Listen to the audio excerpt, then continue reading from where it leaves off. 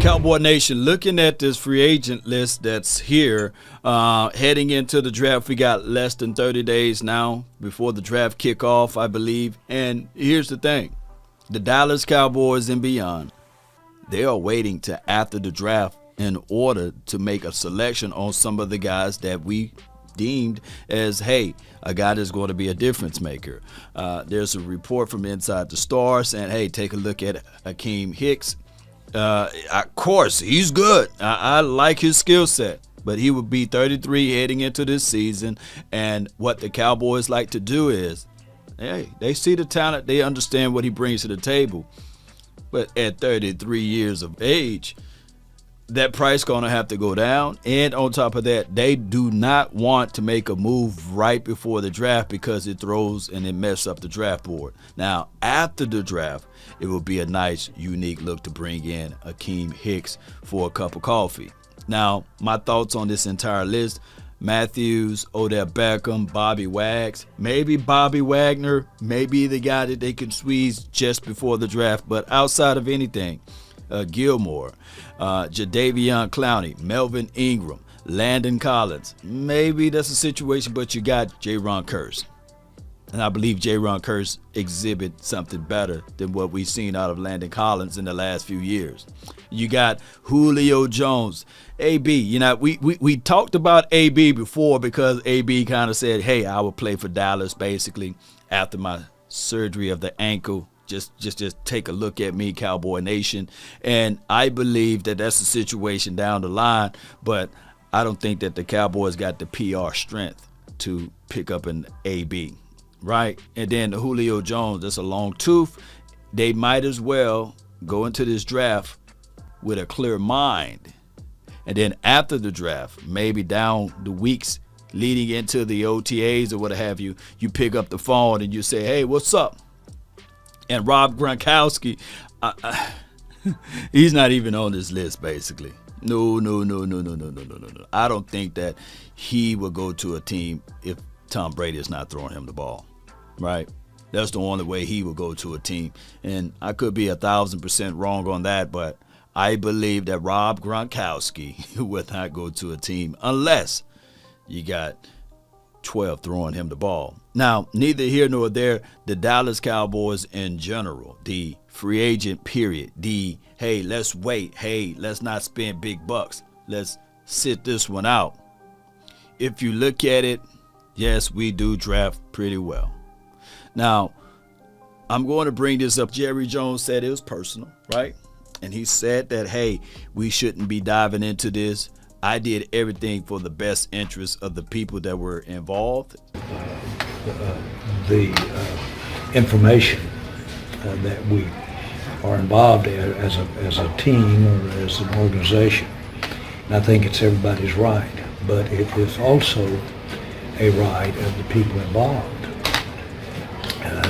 to make decisions in what is the best interest of everyone, with priorities, of course. The interests there were obviously the people involved. The settlement addressed that. It was that to basically not have other dialogue, as it turns out, involved our public as a constituency, it involved our cheerleaders, it involved our employees, it involved everyone involved. That was settlement was in the best interest of everybody involved, including our fans. Isn't that also one too? I know you hear. But I'm just saying that's my philosophy when it comes. It is we have, and we just started. We have a very high appreciation for our visibility and for the interest in what we do. And we recognize that, as does everyone, really. He said it's the best interest, not just for them that's involved, but it's the best interest for the fans. Don't you know what would be the best interest for the fans? Placing Jimmy Johnson in the Ring of Honor, right? Instead of lying and kicking it and saying, yeah, you're going to put that man there. Actually put him in the Ring of Honor and step back. You can still be the owner. Just step back. bring in a real GM. Oh, let Willie McClay, let him be the real GM. And you sit back. That would be the best interest for everyone. Don't you know you can get more out of it by putting your pressure on the GM as the owner, right? I don't understand why Jerry don't get that. I just don't understand that reasoning of it, right? You the owner. You don't have to have that title. You can literally say, hey, I employ this GM and I hold him accountable. But that's the story of a different day. He would like to have the credit. And that's been the biggest issue. So you don't get a chance to sit back and just look over everything.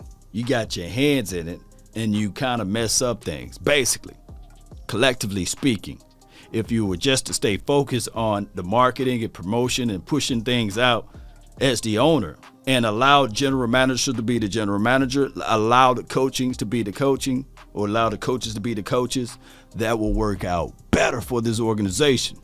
But it is what it is. Some people are only going to hear that and just take it with a grain of salt and say, man, come on, man. We have a lot of talent on this team. We have a lot of this going on with this team. We were 12-5 last year. Jerry Jones don't run the plays. He don't call the plays, right?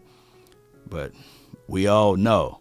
Go back. All you have to do is just go back and listen to Dave Wanstead. He was on a show with Colin Cowherd, and we know how that goes. But Dave Wanstead don't have no reason to lie to kick it.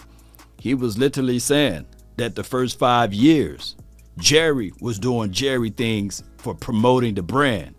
Jimmy was doing Jimmy things as it relates to coaching. But when the promotion of the brand and the Cowboys organization got things rolling, Jerry said, hell, I can coach too. And that what muddies the water. A lot of people don't understand that, but this is the reality of it. Jerry need to stop meddling, and Jerry need to sit down somewhere and let real coaches coach, and then let real GMs get into the thing and start doing their GM ways. Now, speaking of that, Mike McCarthy, like I said, he's not down there parlaying in Florida. No, he's going to the pro days for Alabama this week, and he's looking at everybody. He's trying to make sure he keep his job, and he's trying to make sure that the players that he evaluate, that the players that he see with his eyes, that he can really get a full pulse of it, that he can really talk to the people, the scouting department, and saying, yeah, I like this guy in this particular aspect. I like that guy in this particular look. And that goes a long way. But when we look at this list, Jadeveon, let me just see if I can rank this list of who would be the best for the Cowboys. And I'm quite sure that the Cowboys are saying to themselves, hey, we would just wait till after the draft, but neither here nor there. On this list, I think that Bobby Wags, he will be the best person off of this list. And then the Honey Badger. And then you have to look at Jadeveon Clowney. And if you really want to just bring in him for a cup of coffee, and that's Gilmore. You know, you can look at all of those guys. That will be my order in this particular list. And then it's Akeem Hicks. And Akeem, of course, that's a big boy. I mean, 6'4", 320, 330 pounds, right in the middle. That can push things back. And then you will say, okay, we will rotate. We will put in and rotate Big Bo, you know. Or we will slide and kick him up out of there. And we'll have packages with Navel Gallimore or Osa, you know. And on top of that, with the style of football that we play, the aggressive, maybe, just maybe, you'll see more play out of Parsons. This thing can go a long way, Cowboy Nation. Post me your thoughts, post me your concerns down below. That's been my time. I really thank you all for yours. And remember, you're listening to nothing but the best. Go Cowboys.